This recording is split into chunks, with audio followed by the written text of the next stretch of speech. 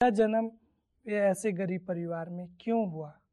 क्यों मुझे जैसे और बच्चों का जीवन है ऐसे परिवार में मेरे भगवान ने मेरा जन्म क्यों नहीं किया? एक मजदूर माँ बाप के पुत्र बीर सिंह के घर की आर्थिक स्थिति कुछ ठीक नहीं थी। उसका पाठशाला में दाखिला तो हो गया, लेकिन खाने और पहनने के लिए उसके पास पर्याप्त नहीं था।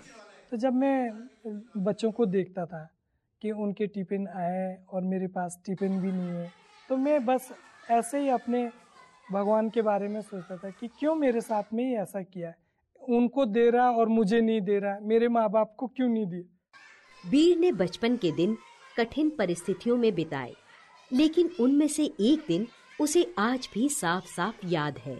बहुत सारी आंधी आई और जिस घर में मैं और मेरा परिवार रहते थे वो छत उड़ गई और उस रात को हम लोग बड़े खुले आसमान के नीचे रहे, ऊपर से बारिश भी हो रही थी। बीर को पूरी रात बारिश और ठंड में गुजारनी पड़ी। उस रात तो मानो वाकई मायूसी के बादल उनके ऊपर फट गए। हमारे साथ में ही क्यों ऐसा हो रहा है और दूसरों के साथ ऐसा क्यों नहीं होता है? क्या हम ही को ये दुख देने थे क्या? जब बीर बड़ा हुआ तो एक दिन उसके मित्र ने उसे अशांति से मुक्त करने वाला एक सरल उपाय बताया। उसने कहा था कि शराब पीने से आप सारे गम भूल जाते हैं, कि जो आपकी निराशा है वो सब दूर हो जाएगी। तो मैंने भी जो गांव में कच्ची दारू बनती है उसको पीना शुरू किया। जल्दी ही बीर रोज नशे में डूबने लगा, लेकिन जैसा उसके मित्र ने कहा था वैसा हुआ नहीं। जब तक वो नशा रहता था शरीर में, क्षण भर के लिए परेशानी बुला देता था, लेकिन जब नशा उतर जाता था तो वापस फिर वो हम अपनी व्यक्तिगत जीवन के बारे में, व्यक्तिगत अपने परिवार के बारे में तो चिंता होती थी। जब शराब से भी कोई राहत नहीं मिली तो बीर बिल्कुल मायूस हो गया। मैं कभी कभी तो अपने मन में ये भी सोचता था कि मेरा जीना भी बेकार है। एक दिन जब बीर घर के बाहर निराश बैठा हुआ था तो उसकी नजर जमीन पर पड़ी एक छोटी सी किताब पर पड़ती है। तो उसमें एक कहानी लिखी हुई थी कि एक यीशु मसीह है जो मरियम की कोख से उसने जन्म लिया और गौशाला में जन्म लिया। वो इतना बड़ा परमेश्वर का बेटा होकर के भी गौशाला में उसने जन्म लिया। मैं अपने मन में विचार करता था कि क्या ये ऐसा हो सकता है। कुछ दिनों बाद जब बीर दोबारा उस किताब को पढ़ रहा था तो एक व्यक्ति उसे वो किताब पढ़ते देख उसके पास आता है। तो उन्होंने बोला कि एक मीटिंग है हमारे यहाँ पे, आप उस मीटिंग में आएंगे? मैंने बोला हाँ ठीक है, यदि मुझे समय मिलेगा तो मैं जरूर आऊंगा। बीर सभा में चला तो जाता है, लेकिन उसका मन वहाँ बिल्कुल नहीं लगा।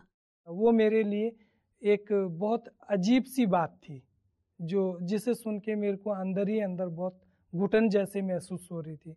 लेकिन सभा के आखिरी दिन जब एक पास्टर बाइबल पढ़ता है तो बीर का ध्यान उस तरफ खिंचने लगता है। इस प्रकार से लिखा था कि क्या हो सकता है एक माँ अपने दूध पीते बच्चे को भूल जाए, परंतु मैं तुझे कभी भी नहीं भूलूंगा, क्योंकि मैंने तेरा नाम अपनी हथेली पर खोद खोद कर लिख दिया है। तो ये जब मैंने सुना तो मेरे को बड़ा एक अजीब सा महसूस होने लगा। तो मैं अपने पिछले जीवन के बारे में सोचने लगा कि मैंने माँ बाप का दिल दुखाया, अपनी पत्नी का दिल दुखाया। मेरे को बहुत अंदर से अपने सारे गुनाह मेरे को याद आने लगे। तो मैंने बोला यदि तू सच में परमेश्वर है तो तू मेरे जीवन को भी बदल दे। तो उस समय मैंने अपना जीवन परमेश्वर के हाथ में दिया। उसी दिन बीर अपना जीवन ईसा मसीह को समर्पित कर देता है। बीर कहता है कि अंततः उसने अपने नशे पर भी विजय पाई। तो बहुत मुश्किल हुई, लेकिन परमेश्वर ने उसके लिए हिम्मत दी और पूरी तरीके से परमेश्वर ने फिर मेरे जीवन को उस नशे से बचा लिया।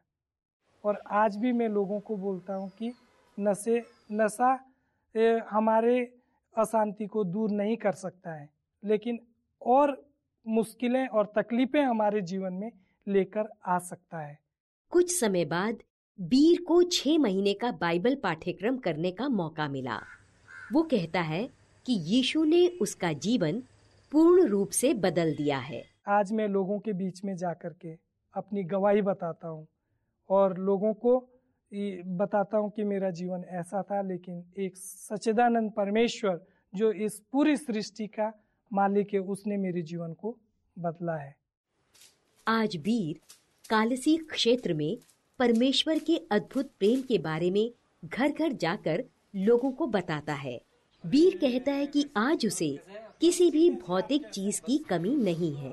मैं परमेश्वर में संतुष्ट हूँ और जो मेरी रोजभर की जो जरूरत की चीज़ें वो मुझे मेरा परमेश्वर हमेशा देता है। मैं कभी भी उस परमेश्वर के नाम लेके मैं कभी भी भूखा नहीं रहा, लेकिन हमेशा परमेश्वर ने मुझे उत्तम से उत्तम चीज़ों से आशीषित किया।